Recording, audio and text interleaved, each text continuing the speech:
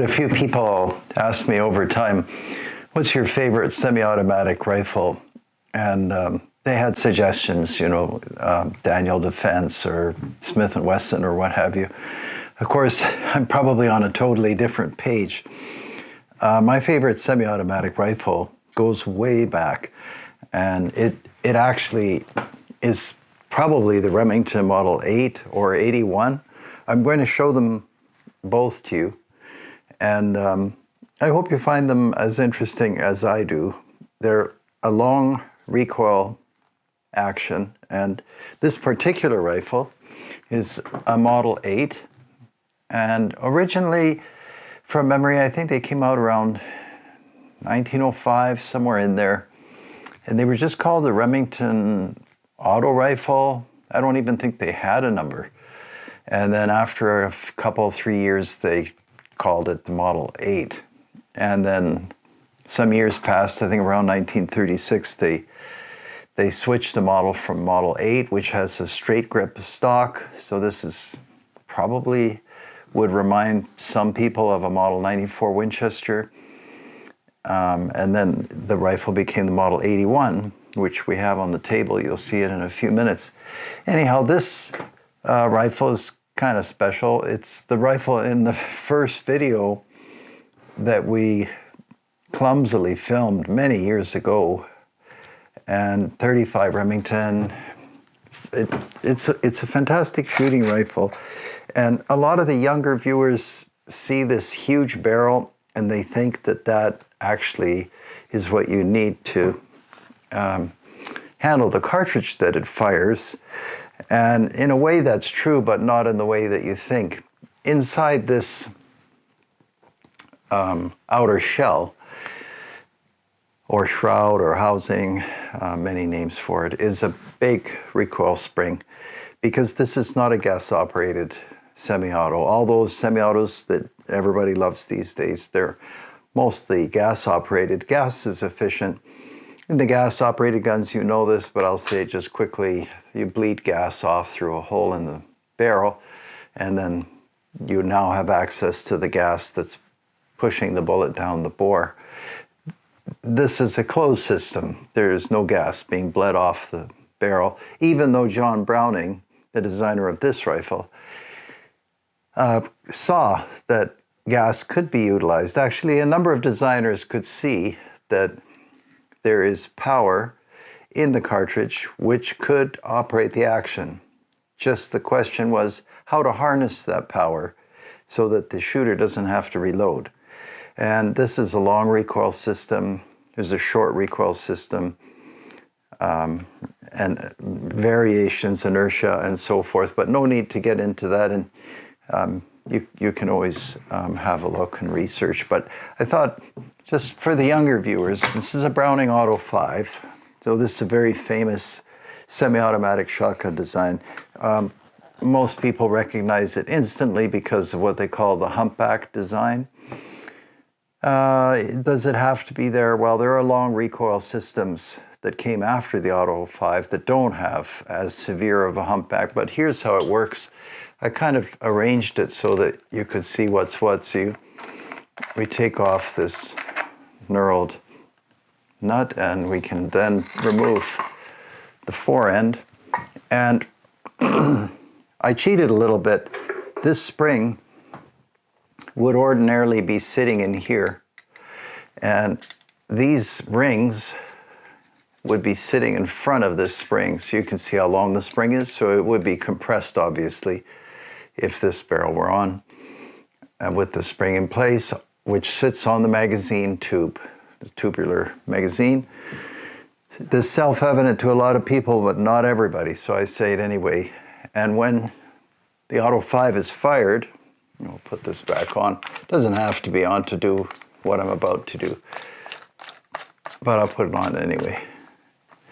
These friction rings are to control the amount of movement of the barrel on the magazine tube.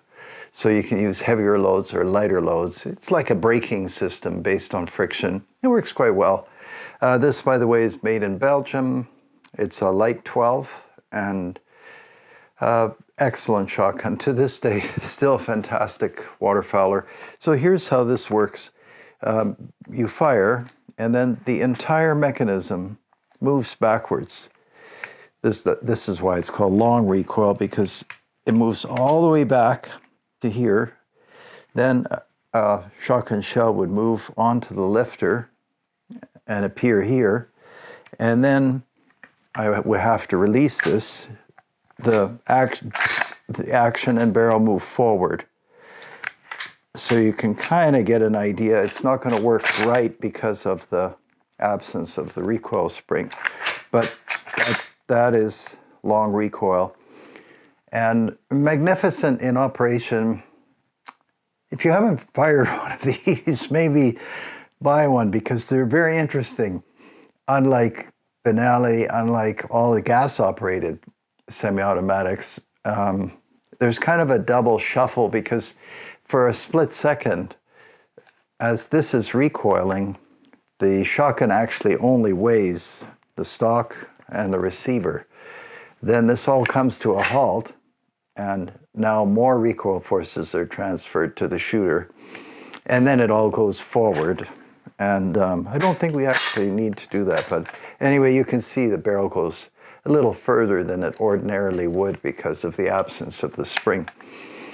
Anyway, that's a long introduction to actually the Model 8 and 81, but I thought it might be useful.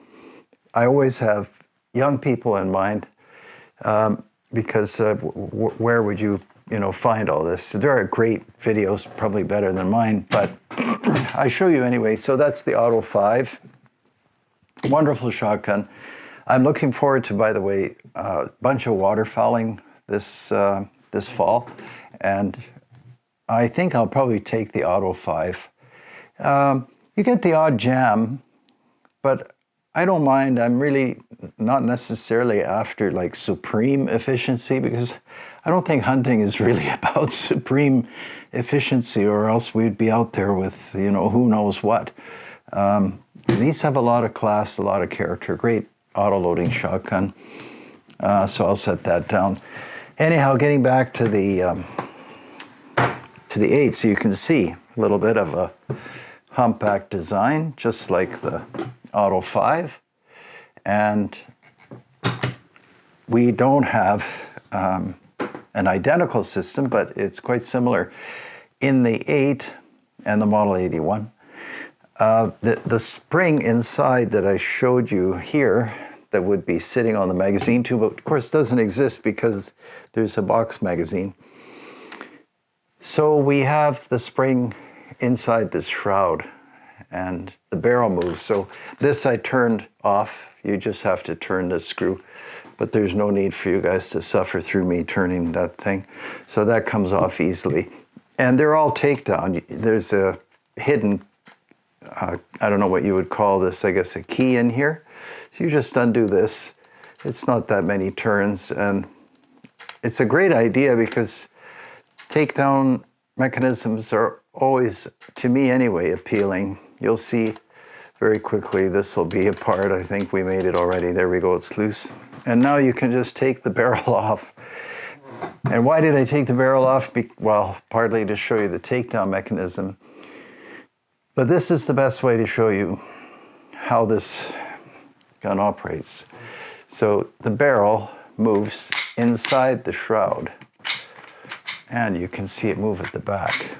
And it doesn't just move that much. It's a strong spring, but thankfully it has this little thing here. So that's how far the barrel moves. So when you fire, this moves back. It's long recoil. That means it has to move back at least the length of the cartridge. Once it's moved back, it's returned to battery by another spring.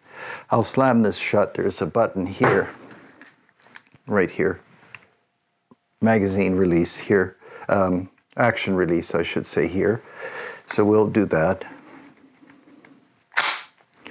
And now it would be locked and ready to fire.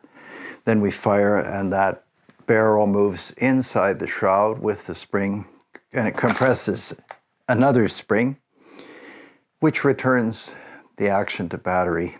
And box magazine, most of you know there were removable box magazines for law enforcement use and for military use. And evidently this was used by some armies. The articles I read are good, but never totally certain. So I won't repeat what I read, but you could research for yourselves. And anyway, I'm not sure that it's that important, although I guess if an army is using it, if some country adopts it as a military weapon, that means they trusted this action. You can see here, that would be for a stripper clip. See those two little grooves?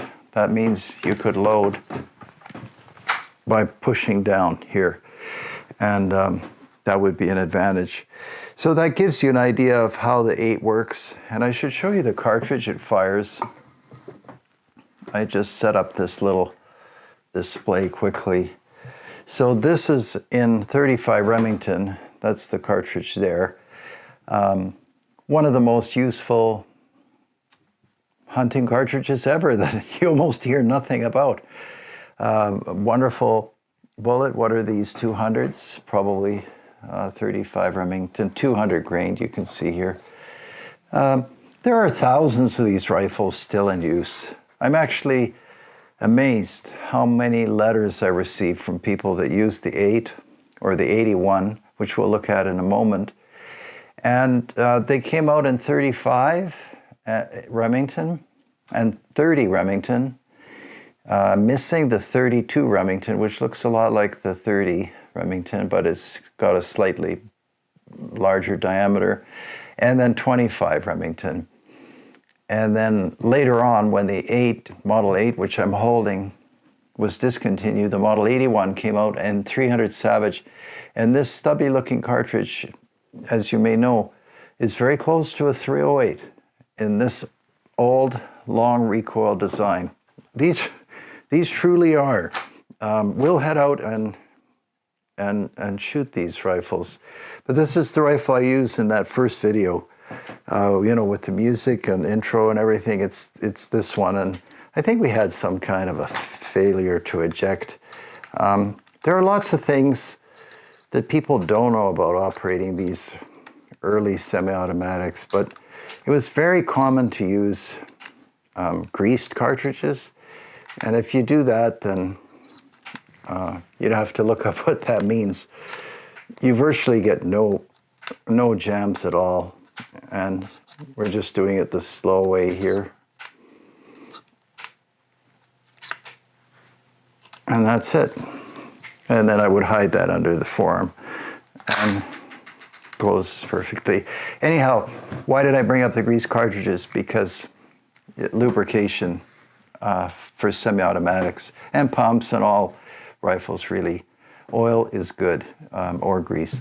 Anyhow, the 8 was replaced by the 81. So you can see they made a pistol grip stock, and I'm not sure about the internals. I haven't really taken these apart. I think I did maybe once years ago, and it wasn't really a delightful experience. I didn't know what I was doing, and I had parts all over the place. I got it back together, but not any of these was different rifle.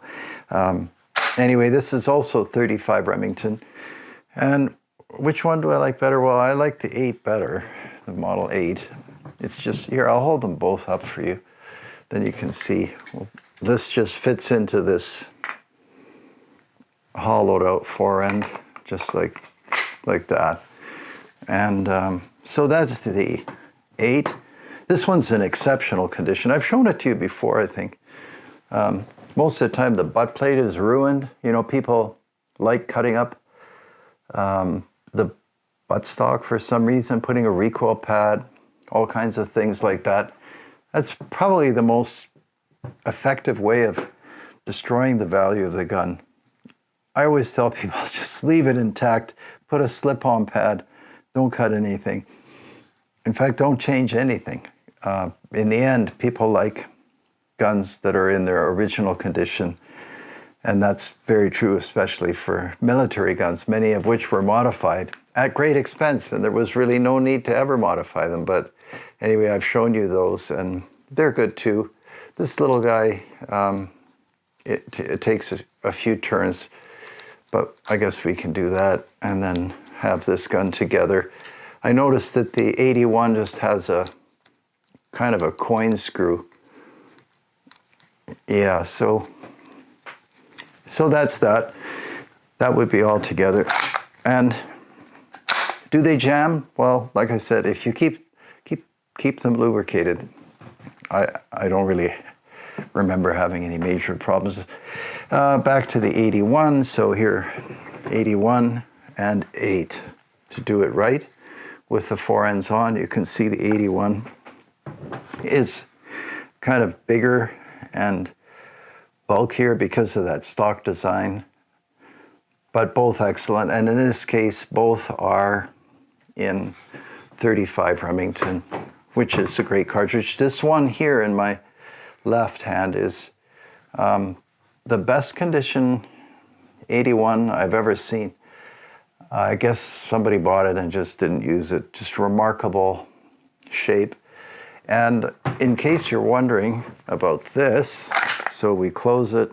Theoretically, it would be loaded. This always reminds me of an AK. It looks a bit AK-ish, no? It's just a safety. And in case nobody knows what that is, it even says in bold engraving "safe" on the side there. Yeah, so these are great semi-automatics. Now, while Remington was cooking up these, Winchester was marketing these. This is a very unique gun. We've looked at this before. This is a 351 self-loading. And I brought it out just because, well, it's such an interesting design. This 351, so this is 1907 model, was preceded by a 1905, smaller, shorter cartridge. People wanted more power, and so Winchester came out with the 1907 351 self-loading, which is what this is. It had the removable magazine, and that is removable not by the safety, but by this button here. And kind of nice. You can pick these up at gun shows still.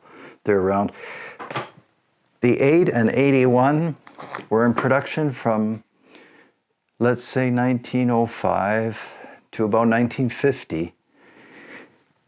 And this series of Winchesters were in production from also about 1905 to, I think, 1957. This was a very popular firearm. And again, it was used by some militaries, maybe France, and in law enforcement. It's a takedown. You can turn this. It's an entirely more primitive rifle than Remington's Model 8 and 81. But people like them. Under this forend, which, if you start taking interest in this series of rifles, is invariably cracked. This one is not, which is hard to find. There's just so much shock because this is a blowback system. There's a big weight under this forend. You just need a spanner wrench to remove this nut here. And if you remove that nut, then this slides forward and you can see this massive weight. So these aren't lightweight guns, and the point of balance, it's not the best, but it doesn't matter. The cartridge is interesting. This is the cartridge here. 351 self-loading. It's a big bullet, I think 180 grains. Velocity isn't incredibly high, but it doesn't matter. And this, in case you're interested, is a 350 Legend. See the straight wall design? I always have to laugh. There's nothing new under the sun. Anyway, if I had to pick between these two, I would pick the 351. The rate of twist is better, bigger bullet, shorter action, but it doesn't matter. But the Legend is great too. Anyway, I just thought I would show you that. So this is the one that fits in the 351 self-loading.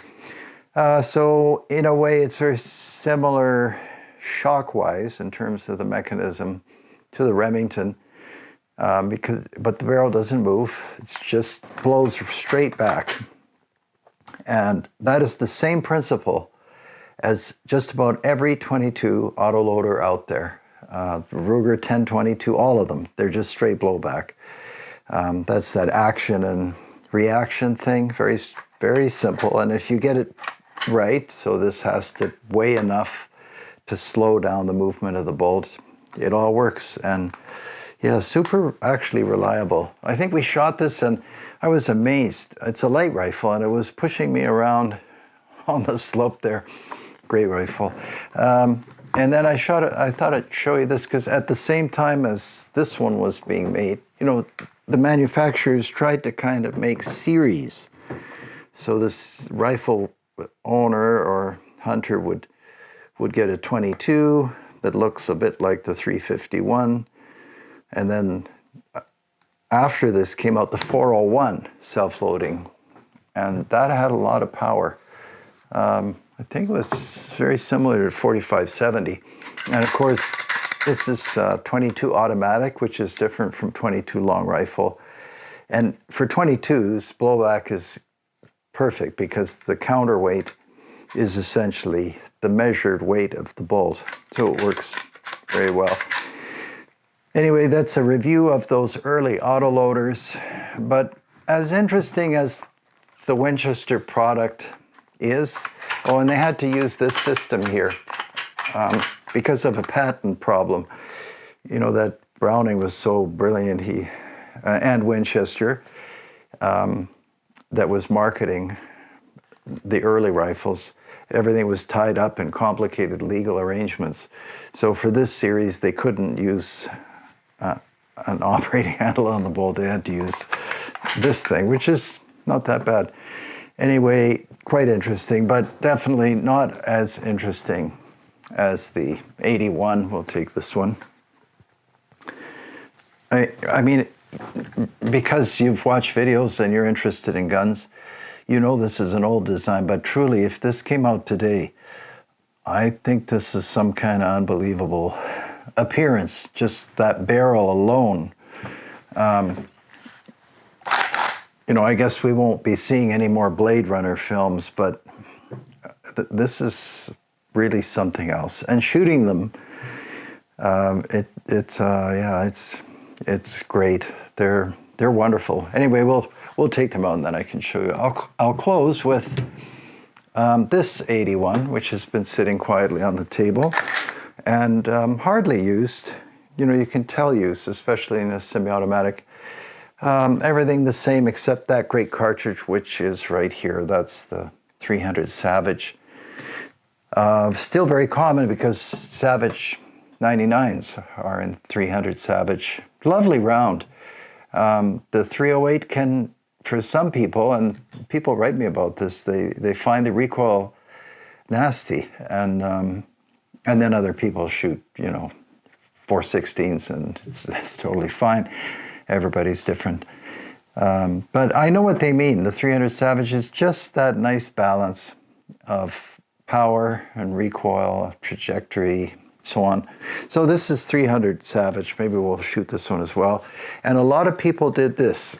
If you start looking for this semi-auto, a lot of people side-mounted a scope. You know, scopes came out and then everybody had to have one. Understandably. And so this one, yeah, it has sort of a 3/4 inch side mount. It's not the original side mount. You can tell by the retaining screws.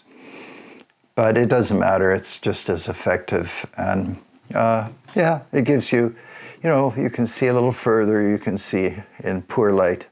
And I mean, this 300 Savage is really something because the cartridge is so capable. It's not in the 30-30 class, it's in, let's say, a more modern class where you can reach out. And people will ask about accuracy. These are all incredibly accurate rifles. People would say, well, how, with all this hardware and springs and so forth, it's not going to be accurate.